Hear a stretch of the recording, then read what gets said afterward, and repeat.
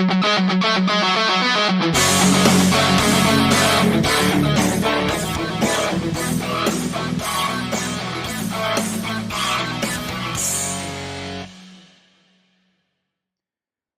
datang di WUI Podcast, part of WrestlingUniverse.id, podcast yang ngebahas semua hal tentang dunia WWE, apa yang terjadi dan mungkin akan terjadi. Bersama gue Fus Hilmi, setiap Senin dan Kamis pagi hadir untuk ngebahas apa yang terjadi di dunia WWE. Sebelum gue lanjut, jangan lupa follow WUI Podcast di Spotify dan juga bisa subscribe YouTube channel Wrestling Universe Indonesia untuk mendengarkan WUI Podcast. Boleh dinyalain loncengnya biar lo dapetin notifikasi terkait episode terbaru. Dan jangan lupa juga follow Instagram dan TikTok @WUI_podcast. Boleh di like, komen, di share, dan repost. Dan jangan lupa juga follow Instagram @wrestlinguniverse.id untuk ngebahas, mendapatkan berita tentang seputar dunia wrestling. Dan kali ini adalah episode yang sangat spesial karena untuk pertama kalinya WUI Podcast berubah menjadi video podcast. So, hai semuanya, gue Fus Hilmi yang selama ini berada di balik WUI Podcast. Dan juga episode kali ini tentunya kita akan membahas tentang Crown Jewel yang sudah terjadi tadi malam per gue record ini. Menurut gue Crown Jewel ya sesuai ekspektasi gitu ya, tidak rusak tapi juga tidak wow banget menurut gua. Tapi sebelum kita lanjut tentang Crown Jewel, kita akan bahas dulu beberapa hal yang terjadi di Friday Night SmackDown semalam sebelum Crown Jewel, yang juga mungkin tidak ada kaitannya dengan Crown Jewel yang terjadi tadi malam. Yang pertama adalah Jacob Fatu dan Drew McIntyre yang kembali clash ya. Sebenarnya ini di-trigger dari sebelumnya Cody Rhodes membuka Friday Night SmackDown, terus kemudian ketika di backstage dia ketemu dengan Jacob Fatu, dan Jacob Fatu di situ state, ini kalau gue nggak salah nangkep sih, state bahwa dia mau mengincar gelar Cody Rhodes Undisputed WWE Championship. Tapi kemudian Cody Rhodes Cody Rhodes cabut. Jacob Fatu diajak ngobrol sama Nick Aldis, tapi tiba-tiba diserang sama Drew McIntyre. Kemudian setelahnya akhirnya diofficialkan Jacob Fatu versus Drew McIntyre minggu depan, dan kemudian langsung chaos lagi. Kali ini Jacob Fatu yang menghajar Drew McIntyre di backstage. Ini feud yang masih feud yang aneh buat gua, tapi harusnya worth to watch karena dua superstar yang sama-sama terkenal dengan actionnya yang luar biasa ketemu. Walaupun gue ragu ini akan jadi panjang karena ya nggak ada sangkut pautnya aja gitu ya. Kecuali ini mungkin akan build up ke War Games, tapi gue rasa kecil kemungkinannya. Kemudian ada Chelsea Green yang menawarkan Stephanie Vaquer sebagai The Secret Service karena Chelsea Green kehilangan Piper Niven yang kayaknya cedera cukup parah sehingga dia mencari Secret Service baru. Kali ini Stephanie Vaquer yang ditawarkan dan tentunya ditolak. Terus kemudian juga ada Charlotte Flair dan Alexa Bliss, WWE Women's Tag Team Championship, yang akhirnya setuju untuk memberi kesempatan kepada Zaria dan Sol Ruka untuk challenge title mereka. Ini mungkin akan terjadi di SmackDown minggu depan. Tapi official announcement-nya belum ada. Kemudian pertandingan yang terjadi di Friday Night SmackDown, kalau tadi momen-momen di belakang gitu ya. Yang pertama ada US Open Challenge, Sami Zayn yang kali ini challenge-nya dijawab oleh Shinsuke Nakamura. Shinsuke Nakamura menurut gue ini cukup mengejutkan karena Nakamura udah lama nggak muncul. Tapi di satu sisi memang Open Challenge ya fungsinya seperti itu gitu, untuk mengangkat bintang-bintang lama yang belum dapat kesempatan ya untuk dapat spotlight aja gitu, atau bintang-bintang baru. Dan kali ini Shinsuke Nakamura sebenarnya cukup tepat untuk menjawab challenge dari Sami Zayn ini. Pertandingannya masih sangat prima. Shinsuke Nakamura dan Sami Zayn tentunya sangat oke. Sampai Nakamura itu sempat hampir menang ketika uh, Helluva Kick dari Sami Zayn di ringside, kemudian di Shinsuke Nakamura masuk ke ring gitu ya. Terus kemudian Nakamura dapat momentum untuk Kinshasa sampai tapi akhirnya Sami Zayn masih berhasil kick out. Nah, kemudian ketika Nakamura bersiap untuk menghajar Sami Zayn lagi dengan Kinshasa, tiba-tiba dari ringside dia ditarik oleh seseorang dengan face painting yang ternyata adalah Tama Tonga. Dan akhirnya dari situ MFT masuk mengepung ring Sami Zayn yang ada di ring dengan riasan baru. Ini kalau gue baca-baca sebenarnya bukan baru-baru banget, tapi ini juga apa namanya identitas mereka ketika dari NJPW ya, kalau gue nggak salah gitu. Gue nggak tahu apakah MFT di NJPW atau beberapa dari mereka gitu, tapi riasan dengan seperti ini itu adalah identitas mereka di NJPW dulu gitu. Dan kemudian ketika MFT masuk mengepung, akhirnya Nakamura dan Sami Zayn dibantai dan di sini pertandingan udah dianggap selesai no disqualification sehingga sebenarnya Sami Zayn tetap mempertahankan United States Championship-nya. Kemudian Nakamura dan Sami Zayn dibantai, Solo Sikoa masuk berdiri di tengah MFT seperti mempresentasikan new MFT gitu ya. Jadi dapat shot baru lah gitu ya untuk new MFT. Ini menurut gua mengejutkan karena promo terakhir dari Solo Sikoa dia bilang ada yang kurang dari MFT-nya. Buat gua, asumsi gua harusnya title dong gitu.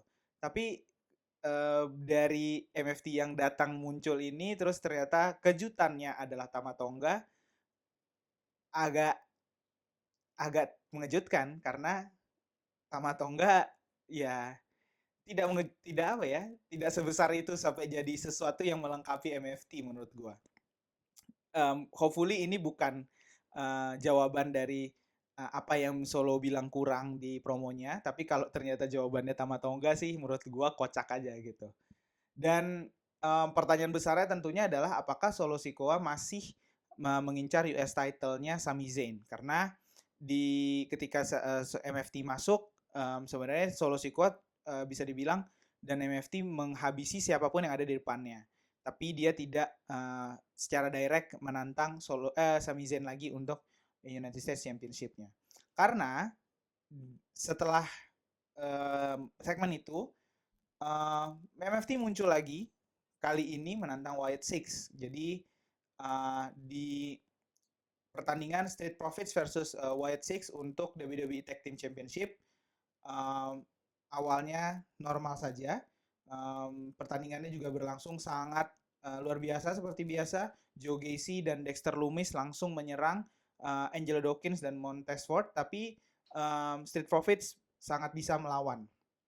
Sampai akhirnya kemudian momen terbaiknya adalah ketika Ford mau diangkat sama Joe Gacy dan Dexter Lumis di corner gitu ya.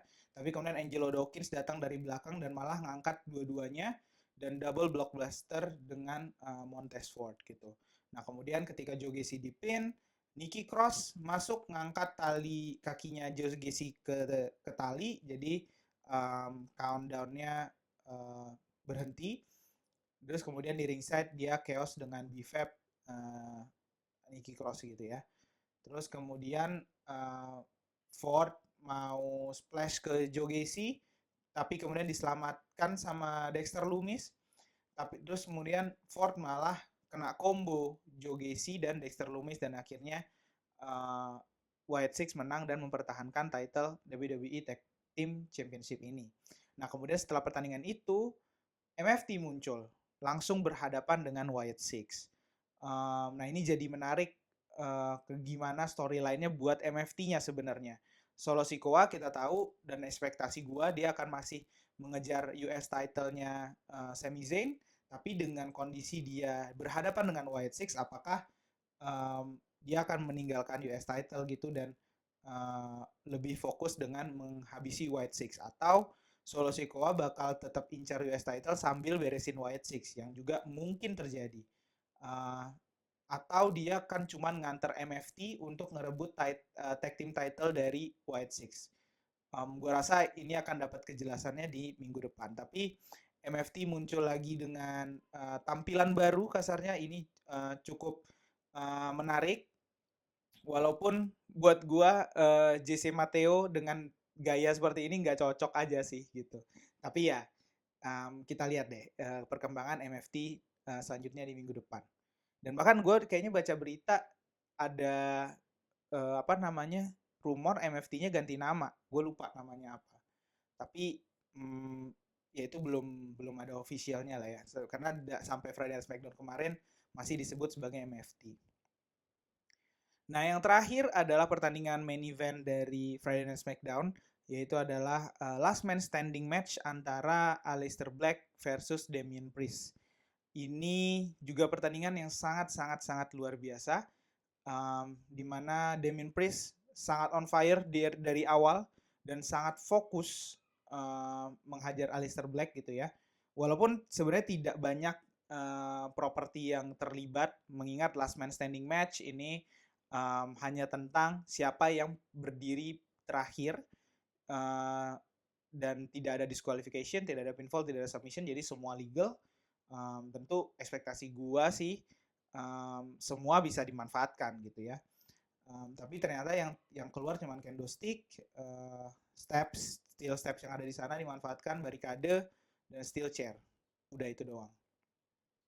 Nah kemudian counter dari situ dari Damian Priest berhasil dominan gitu ya, tapi kemudian Aleister Black berhasil nge-counter dengan Meteora di steel steps dan kemudian banting Damian Priest ke step juga.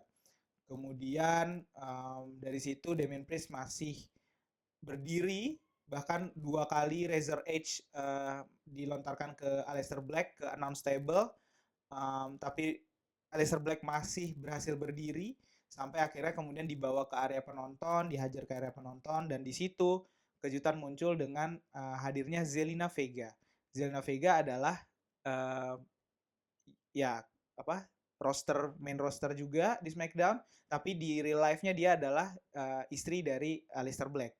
Dan di situ Zelina Vega muncul meminta ampun kasarnya gitu ya, gesturnya kelihatannya meminta ampun ke Damian Priest untuk tidak lagi menghajar Aleister Black. Tapi ternyata Zelina Vega datang nyelipin semprotan api. Gue nggak lihat persis bentuknya seperti apa, tapi dia kayak nyelipin ya semprotan api gitu ke buat Aleister Black. Kemudian akhirnya ketika Zelina Vega minggir, semprotan api itu dibakar dan kena muka Damian Priest.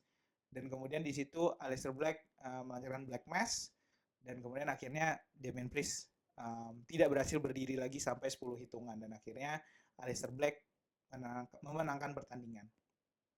Menurut gua ini udah pasti feud-nya belum selesai, karena cara dari Aleister Black menang tentunya dengan bantuan dan bukan sesuatu yang clean lah gitu ya. Walaupun ini no disqualification match, semua legal, tapi caranya ini menurut gue tidak clean. Jadi gue rasa feud-nya belum selesai dengan Damian Priest. Tapi pertanyaannya adalah gimana Damian Priest akan melawan Zelina Vega. Karena ya nggak mungkin dia yang maju gitu. Dia pasti kalau dia perlu menyelesaikan Zelina Vega, dia perlu narik orang, dan banyak beritanya ya adalah Lola Vice gitu dari NXT yang merupakan pacar real life dari Damian Priest. Nah mungkin ini kalau ini terjadi mungkin akan jadi jalur promosinya Lola Vice ke main roster gitu ya, walaupun feud dengan Zelina Vega tidak pernah terlalu berhasil akhir-akhir ini, termasuk dengan Chelsea Green, dengan Julia juga selesai gitu ya. Tapi mungkin ini pengantar untuk promosi Lola Vice dari NXT mungkin ya. Dan Lola Vice juga di Twitter memberikan respon yang cukup menarik, yang juga menjadi menarik perhatian terkait rumor ini. Either way, gua rasa kita akan mendapat jawabannya di Friday Night SmackDown nanti minggu depan. Dan selanjutnya kita akan bahas tentang live event, premium live event yang luar biasa, yaitu adalah Crown Jewel yang terjadi di Perth tadi malam. Di Indonesia juga karena apa namanya? Karena perbedaan waktu yang tidak terlalu jauh, jadi sama nih terjadinya di malam minggu kemarin. Pertandingan pertama ada Roman Reigns versus Bronson Reed dalam Australian Street Fight. Sesuai ekspektasi pertandingannya sangat-sangat luar biasa, di mana dominasi Roman Reigns. Roman Reigns masuk dengan aura yang luar biasa. Gue nggak yakin ada ya salah satu gue yang apa roster yang punya aura sekuat itu sih Roman Reigns. Mungkin yang lain menandingi sedikit, tapi Roman Reigns auranya luar biasa. Roman Reigns langsung mendominasi di awal pertandingan, langsung menggiring Bronson Reed ke area penonton. Dan yang menarik tuh Roman Reigns di awal, entah karena memang ke bawah suasana atau emang didesain seperti itu ya, tapi dia terlihat terlalu menikmati hype-nya penonton Perth sampai akhirnya memberi kesempatan untuk Bronson Reed bisa bangkit di sana gitu. Terus kemudian sampai Bronson Reed hampir menang dengan Jagged Edge Roman Reigns gitu. Tapi kemudian Roman Reigns juga sempat hampir menang dengan Superman Punch-nya. Mengingat ini street fight, jadi ini cukup menghibur dengan semua properti yang muncul, mulai dari tong sampah, kendo stick, steel steps tentunya. Terus yang menarik adalah bat cricket yang ada di sana. Mungkin ini adalah apa ya, tribut karena di Australia mungkin cricket terkenal, jadi bat cricket ada di sana somehow. Terus ada stop sign. Gue juga nggak lihat tuh stop sign itu masuk dari mana, tapi ya ada aja di ring gitu tiba-tiba. Kemudian tentunya steel chair dan meja. Jadi ini cukup lah untuk menggambarkan street fight yang gua expect at least gitu. Kemudian tapi seperti yang diduga, Bronson Reed mendapat bantuan dari Braun Breaker sesama division ketika Roman Reigns mengincar Bronson Reed di ringside untuk di spare gitu ya. Kemudian Braun Breaker malah muncul dan malah nge-spare Roman Reigns gitu. Dari sini dominasi mulai terbalik. Braun Breaker dan Bronson Reed punya momentum gitu ya, tapi kemudian muncullah The Usos, Jimmy dan Jey Uso masuk membantu Roman Reigns ngehajar Braun Breaker dan Bronson Reed, bahkan dengan super kick dan sempat 1D gitu. Kemudian tapi sayangnya ketika Roman Reigns mau di Jagged Edge sama Bronson Reed, dia lagi berusaha lepas. Jey Uso di corner seberangnya bersiap mau nge-spear Roman Reigns, mau nge-spear Bronson Reed, tapi kemudian malah kena Roman Reigns dan sampai masuk ke meja yang patah gitulah.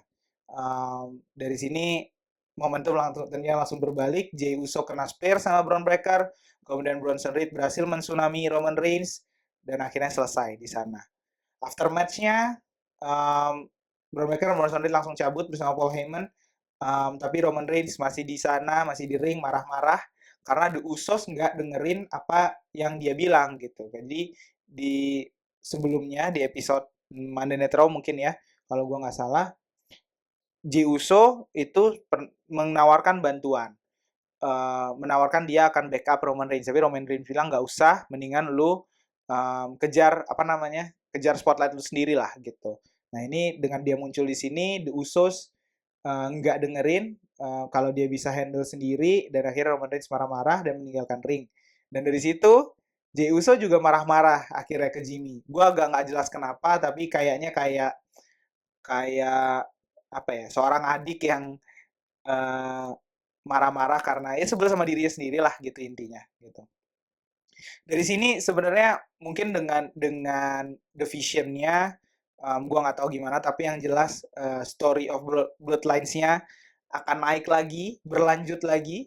Mungkin kita akan lihat Roman Reigns masih akan marah-marah ke The Usos gitu. Tapi mungkin yang perlu lebih jelas adalah kenapa Jay marah ke Jimmy gitu. Kayaknya dia sebel sama dirinya sendiri, tapi juga somehow akan nyalahin Jimmy. Gue nggak begitu memahami lah ya akan terjadi. Tapi yang terjadi Jey Uso mungkin akan marah-marah ke Jimmy gitu. Bisa jadi dari sini tuh karena bloodlines-nya mungkin arahnya adalah seperti yang gue pernah bilang di episode sebelumnya, arc untuk Jey Uso menuju Tribal Chief gitu ya. Bisa jadi Roman Reigns jadi lebih keras ke Jey Uso. Di otak gue kebayangnya mungkin bahkan sampai abusive gitu ya. Dan kemudian Jimmy Uso di posisi berusaha nyadarin Jey Uso bahwa caranya Roman Reigns tuh nggak benar gitu. Uh, Ya mungkin feud-nya jadi apa namanya, bimbangnya ada di Jey Uso sebenarnya mungkin ya. Tapi gue rasa Jey Uso akan lebih punya keteguhan hati untuk ngejar Tribal Chief-nya, untuk ngejar apa yang dia dimasukin ide oleh Roman Reigns gitu ya.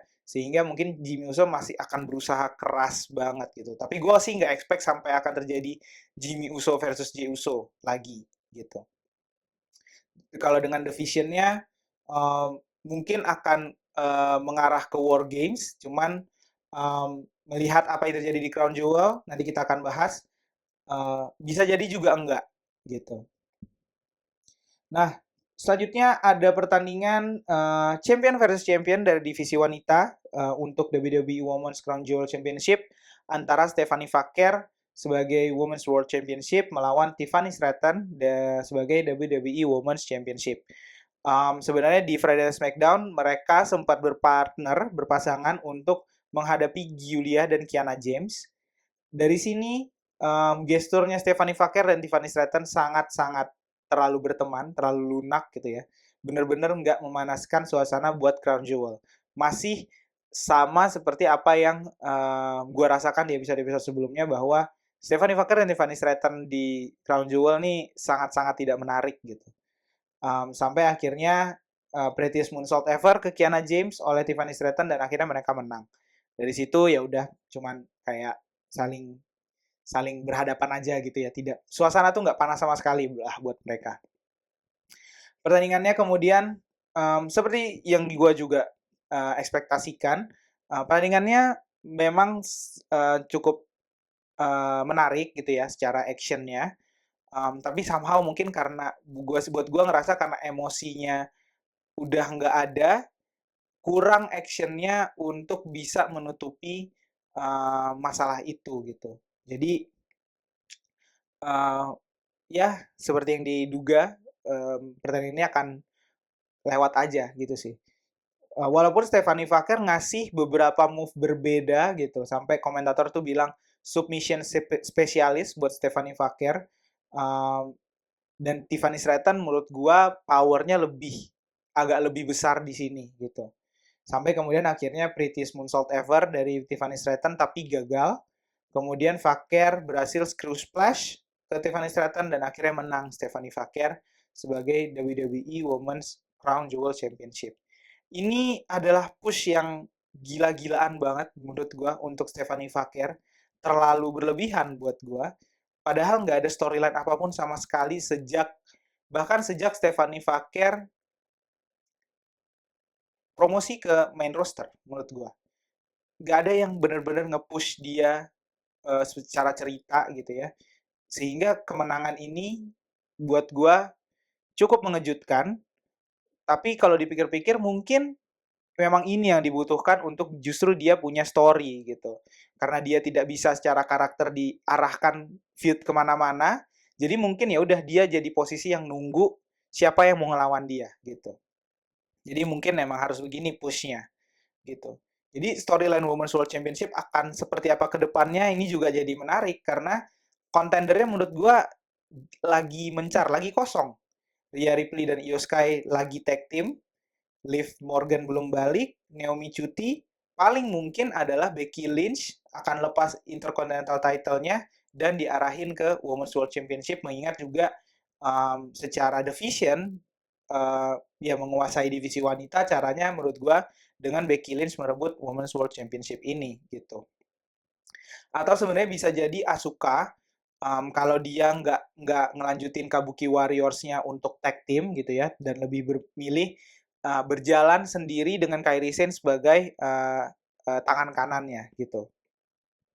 Dan kalau ini terjadi, nah di situ baru kemungkinan Rhea Ripley dan Io Sky tidak jadi tag team karena akan masing-masing berusaha mencegah Asuka untuk naik gitu. Sampai mungkin akhirnya akan kita lihat triple threat match lagi, Rhea Ripley, Io Sky, tapi kali ini dengan Asuka gitu. Sementara di SmackDown menurut gua Tiffany Stratton makin terpuruk, makin tidak menarik dan harusnya akan segera lepas gelar. Dan yang paling mungkin tentunya ke Jade Cargill dan Nia Jax gitu. Uh, atau ya Jade Cargill atau Nia Jax karena memang nggak ada kompetitor lain yang menarik gitu ya untuk bisa ngerebut WWE Women's Championship ini. Mungkin opsi lainnya adalah Charlotte Flair dan Alexa Bliss gitu. Mereka melepas gelar tag teamnya sehingga mereka pecah masing-masing. Jadi daripada mereka feud berantem, mereka pecah masing-masing. Alexa Bliss mungkin ke Raw, Charlotte Flair masih di Women's Champion WWE Women's Championship di SmackDown gitu. Itu mungkin opsi yang akan terjadi. Karena gue juga pikir-pikir emang divisi wanita lagi terlalu kalem ya menurut gue sekarang ceritanya juga. Jadi ya menarik untuk menanti apa yang terjadi dengan divisi wanita setelah Crown Jewel ini. Walaupun gue cukup yakin pertandingan Crown Jewel-nya tidak akan dianggap sama sekali gitu. Mungkin akan dimention sekali dua kali tapi ya bukan jadi sesuatu yang uh, luar biasa, jadi storyline yang penting gitu ya. Dan akan mengejutkan kalau ternyata Tiffany Stratton lepas gelar di SmackDown terus dia akan hunting Stephanie Vaquer, itu akan menarik gitu. Kemudian ada pertandingan yang sangat menarik, ini pertandingan favorit gue di Crown Jewel buat gue, yaitu adalah John Cena versus AJ Styles, One Last Time. Ini dalam rangka farewell tournya John Cena. Uh, ya, menurut gue untuk pertandingan secara action ini yang paling paling menarik. Gue nggak bilang paling bagus, tapi paling menarik gitu. Dimana dibukanya aja udah sangat menarik dengan John Cena ngasih spesial intro ke tentang AJ Styles ke Alicia Taylor. Ini sampai bikin kalau kata orang AJ Styles tuh breaking karakter gitu ya.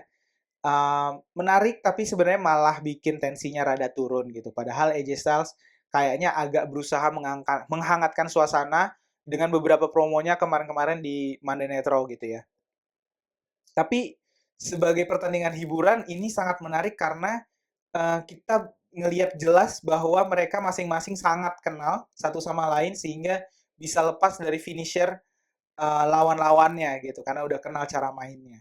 Dan seperti beberapa pertandingan terakhir John Cena, pertandingan ini penuh dengan tribut ke momen-momen, ke kontender-kontender lain, ke roster-roster lain, dan kali ini dengan AJ Styles isinya tentang semua finisher yang bisa kita pahami lah. Ini yang gue catat aja ya. Mungkin ada yang nggak gue catat gitu. John Cena mengeluarkan skull crushing milik The Miz, accolade-nya Rusev, Walls of Jericho dari Chris Jericho, kemudian ada tribute yang sangat hangat Sister Abigail, tribute ke Bray Wyatt.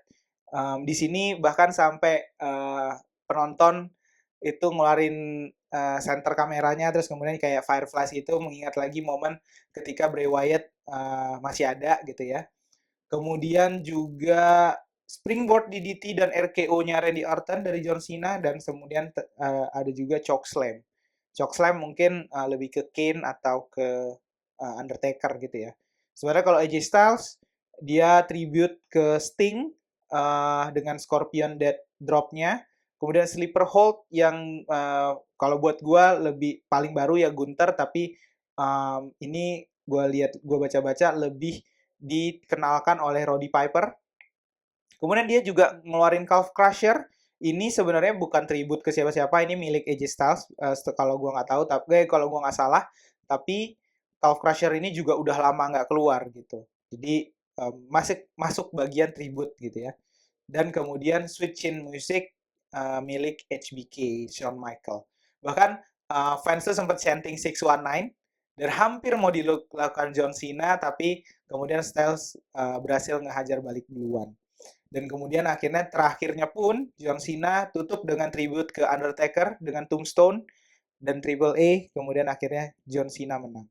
Ditutup dengan saling angkat tangan, full respect, pertandingan yang luar biasa secara action, dan layak sih, layak untuk ada jadi bagian farewell tournya John Cena.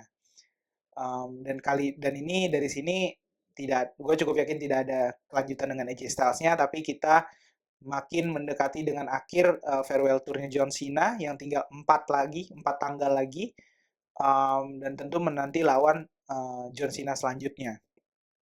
Banyak yang push John Cena untuk merebut Intercontinental Championship dari Dominic Mysterio biar John Cena jadi Grand Slam Champion. Tapi menurut gua storyline-nya jadi akan sulit kalau untuk nanti John Cena melepas Intercontinental title-nya dengan cepat gitu. Dan Dominic lagi ada feud menarik dengan Rusev dan Penta di Intercontinental Championship. Jadi gue agak ragu, walaupun gue juga support kalau misalnya John Cena diarahin Grand Slam Champion gitu. Karena sebagai the GOAT, greatest of all time, ini doang yang kurang kayaknya ya dari achievementnya John Cena.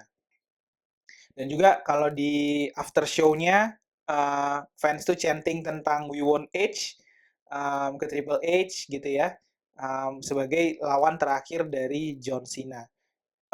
Buat gue menarik kalau bisa ketemu Edge gitu ya. Tapi gue ngerasa dengan Brock Lesnar belum selesai juga masalahnya. Jadi either way Brock Lesnar atau Edge, gue sih oke. Atau juga banyak yang nge-push untuk John Cena itu sebenarnya lawan terakhirnya adalah Gunther. Dan ini juga gue setuju, Gunther yang udah lama nggak balik, nggak muncul, nggak kelihatan apapun. Ya gue rasa balik untuk melawan John Cena sebagai kayak peralihan generasi gitu ya. Mungkin momen yang cukup oke juga gitu. Walaupun secara karakter Gunther bukan yang akan nge-respect John Cena pada akhirnya gitu. Seperti dia ngelawan Goldberg sebelumnya. Tapi ya kita menunggu lah 4 tanggal lagi, udah tinggal dikit lagi. Duanya harusnya di War Games, kemudian di Saturday Night Main Event Desember udah dideklar sebagai last match-nya John Cena. Dua laginya mungkin antara Raw atau Saturday Night Main Event lagi juga gitu. Jadi kita tunggu deh. Bagaimana akan farewell tour John Cena berakhir gitu. Menurut gue pribadi mungkin akhirnya nggak akhirnya, mungkin tahun ini akhirnya ada di Saturday Night Main Event, tapi gue rasa akan ditutup dengan dia sebagai headliner untuk Hall of Fame sih tahun depan. Menurut gue momentumnya pas banget. Ya, why not aja sih gitu. Walaupun banyak superstar lain yang mungkin mengantri, tapi ini momentumnya John Cena banget untuk bisa selesai dengan baik gitu. Kemudian yang selanjutnya adalah tag team match antara Rhea Ripley dan Io Sky melawan The Kabuki Warriors, Asuka dan Kairi Sane. Ini juga pertandingan yang cukup keras. Dari awal langsung saling serang semua. Io Sky, yang menarik adalah Io Sky akhirnya kelihatan meledak-ledak melawan Asuka. Dari yang tadinya masih kayak menahan diri untuk karena masih menganggap Asuka sebagai keluarga gitu ya. Tapi kali ini udah benar-benar kelihatan meledak-ledak melawan Asuka. Dan juga Kairi Sane lebih lepas juga, kayaknya juga udah fully berseberangan dengan Io Sky. Nggak kelihatan lagi ragu-ragunya setelah mungkin pertandingan minggu lalu gitu ya, antara Kairi Sane dengan Io Sky. Sampai akhirnya terjadi sedikit miskom antara Kairi Sane dan Asuka. Gue juga nggak terlalu clear miskomnya kenapa gitu ya. Tapi kemudian Rhea Ripley berhasil riptide ke Kairi Sane. Kemudian dilanjutkan dengan over the moonsault oleh Io Sky. Dan akhirnya Rhea Ripley dan Io Sky menang di pertandingan ini. Menurut gue Asuka akan lanjut hunting Rhea Ripley dan Io Sky. Dan akan build up ke War Games. Gue cukup yakin ini. Tapi build up-nya akan seperti apa, bagaimana masing-masing bertemu dengan kubunya, mungkin kita akan lihat karena ternyata War Games itu masih 2 bulan lagi ya kira-kira. Gue pikir udah akan War Games setelah Crown Jewel, tapi ternyata ada satu Night Main Event lagi dulu gitu. Jadi mungkin build up-nya akan agak lebih panjang. Tapi gue cukup yakin Asuka akan hunting Rhea Ripley dan Io Sky lagi. Nah, yang menarik mungkin tentang Kairi Sane ya, kayak yang episode sebelumnya gue bilang, apakah dengan hasil ini Kairi Sane masih akan berada di bawah Asuka, atau akan depak sama Asuka, atau Kairi Sane yang cabut gitu. Buat gue, Kairi Sane masih harus ada di sisi Asuka karena sulit untuk Kairi Sane bisa naik gitu ya. Tapi uh, mungkin ada kemungkinan dengan miskom yang terjadi di pertandingan ini, Kairi Sane ditinggal sama Asuka dan akhirnya diselamatkan sama Io Sky. Mungkin ya. Tapi mungkin lebih mungkin bahwa Kairi Sane-nya akan uh, minta maaf dan minta tetap berada di sisi Asuka. Dan yang terakhir adalah pertandingan main event-nya antara Cody Rhodes sebagai undisputed WWE Championship dan Seth Rollins sebagai World Heavyweight Champion untuk memperebutkan WWE Crown Jewel Championship. Nah, ini sebenarnya sempat ada promo dari Cody Rhodes, seperti yang tadi gue sempat bilang, uh, Cody Rhodes membuka Friday Night SmackDown di Perth kemarin dan mempertegas di sana bahwa Seth nggak bisa ngalahin dia. Terus kemudian later ya di Crown Jewel Kick-Off, Seth Rollins itu walk out dari Paul Heyman dan The Vision di stage. Jadi ini sebenarnya dua hal yang berkaitan dengan pertandingan ini, tapi terjadinya tidak di waktu yang bersamaan gitu. Nah kemudian di Crown Jewel ini di backstage Paul Heyman tuh bilang ke Brandon Bronson Reed buat nggak bantu Seth Rollins nanti biar clean membuktikan siapa yang terbaik antara Seth Rollins dan Cody Rhodes. Nah ini tuh lagi-lagi mempertegas posisi Paul Heyman sebenarnya sebagai kepala dari The Vision. Dan Braun Breaker dan Bronson Reed sempat nanya kayak, what if Cody wins gitu. Ya Paul Heyman balik dan bilang, you know apa yang akan terjadi gitu. Dan kita bisa menebak implikasinya sebenarnya adalah kalau Cody Rhodes menang, Seth Rollins akan ditinggalkan gitu. Dan ini emosionalnya sangat berasa. Pertandingan ini gue merasa lebih lebih kuat di emosionalnya. Baik antara Seth Rollins dan Cody Rhodes maupun gejolak di dalam diri Seth Rollins-nya itu berasa banget buat gue. Cody Rhodes lebih dominan di awal, kemudian ini membuat Seth Rollins frustasi, tapi setelah itu dia bisa berbalik gitu ya.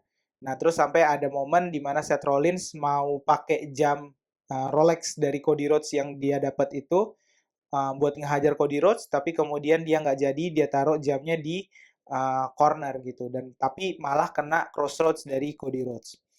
Nah kemudian Cody akhirnya benar-benar dihabisi Seth Rollins sampai ada momen post to post dive, jadi dari corner satu ke corner lainnya dive menghajar Cody Rhodes, tapi Cody Rhodes masih bisa kick out sampai akhirnya Seth Rollins mengambil Rolex-nya yang di corner itu, kemudian somehow ngedorong wasit sehingga wasit agak terdistraksi ngebelakangin mereka. Pas mau di crossroads, Seth Rollins nonjok Cody Rhodes pakai tangan yang ada Rolex-nya, tangannya. Jadi Rolex-nya tuh ditaruh di ini ya, di fist-nya ini gitu. Kayaknya bikin Cody Rhodes berdarah kalau nggak salah, tapi gua kayaknya nggak di shoot gitu ya. Kemudian akhirnya Seth Rollins melancarkan Stomp, kemudian Super Stomp dari top rope, dan akhirnya Seth Rollins menang.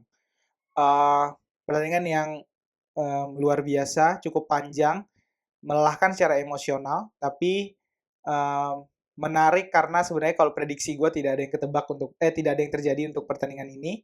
Tapi menurut gue dengan pertandingan ini War Games nanti jadi lebih fleksibel sebenarnya. Menurut gue timnya Seth Rollins tetap akan jadi satu kubu, tapi tim lawannya ini akan lebih banyak kemungkinannya. Mungkin Cody Rhodes yang akan maju di depan hunting untuk balas dendam, mungkin dibantu sama Randy Orton, atau kemudian Roman dan The Bloodlines yang maju untuk berusaha menetralkan The Vision gitu ya. Atau kemudian juga bisa CM Punk dan LA Knight yang masih mengincar World Heavyweight Championship masuk gitu ya. Ini tergantung storyline yang akan dibuild, yang akan terjadi gitu. Bahkan kalau ingat di Friday Night SmackDown, opsi lain untuk War Games itu terkait MFT versus White Six itu juga bisa terjadi gitu, biar feud antara Seth Rollins dengan siapapun ini tidak terlalu dipaksakan untuk jadi satu kubu dan satu kubu lainnya untuk War Games gitu. Sementara buat internal divisionnya sendiri, menurut gua kita akan lihat dinamika yang lebih kuat kayaknya antara Paul Heyman versus Seth Rollins sebagai kepalanya division gitu ya. Walaupun Seth Rollins bisa dibilang udah membuktikan diri, tapi kalau gue ngebayanginnya kayak Seth Rollins harusnya bilang, buat apa gue ngebuktiin diri gitu, karena gue kepalanya gitu sih kasarnya gitu ya. Kalau ngikutin egonya aja. Terus kayak kalau Paul Heyman mau cabut division Braun Breaker Braun Strowman cabut, ya fine cabut gitu, gue akan cari orang baru gitu aja sih menurut gue ya. Dan dari sini kayaknya dari dinamika ini banyak yang menduga Paul Heyman dan Seth Rollins ini ternyata aliansinya tidak akan panjang seperti yang digadang-gadang. Bahkan digadang-gadang sama Paul Heyman kayak mereka akan merajai WWE untuk lama, Braun Breaker akan dia antarkan untuk headlining WrestleMania 42, 43 dan seterusnya. Braun Strowman juga akan naik gitu. Ini mungkin tidak akan panjang, tapi gua pribadi suka ngelihat dinamika pertarungan siapa yang akan jadi kepala ini gitu. Nah, itulah yang terjadi di Crown Jewel. So far, itulah gue bilang juga tidak terlalu wow, tapi juga tidak mengecewakan. Jadi happy nonton Crown Jewel. Dan nanti juga kalau gue dari kemarin mikirnya Crown Jewel ini akan build up untuk War Games, tapi ternyata gue baru tahu akan ada Saturday Night's Main Event dulu. Jadi mungkin di Saturday Night's Main Event baru akan lebih banyak build up menuju War Games. Walaupun mungkin dari sekarang udah akan mulai mengingat War Games ciri khasnya adalah 6 lawan 6. Nah, ngumpulin 6 lawan 6 untuk pria dan wanita ini mungkin akan butuh build up yang panjang gitu. Nah, gimana kalau dari kalian menonton Crown Jewel, apakah happy? Apakah dari sini punya teori-teori lain? Boleh banget share dan komen di episode kali ini. Dan nanti kita bisa bahas bareng-bareng. WWE Podcast akan tayang 2 kali seminggu, Senin pagi dan Kamis pagi. Jangan lupa follow WWE Podcast di Spotify. Boleh juga dengan subscribe channel YouTube Wrestling Universe Indonesia, nyalain loncengnya biar lo dapetin notifikasi terkait episode terbaru. Dan jangan lupa juga follow Instagram dan TikTok @WWE_podcast. Dan jangan lupa juga follow Instagram @wrestlinguniverse.id untuk mendapatkan berita-berita, konten-konten terbaru terkait dunia wrestling. Dan untuk saat ini, gue Fusilmi cabut dulu. Sampai jumpa di episode selanjutnya.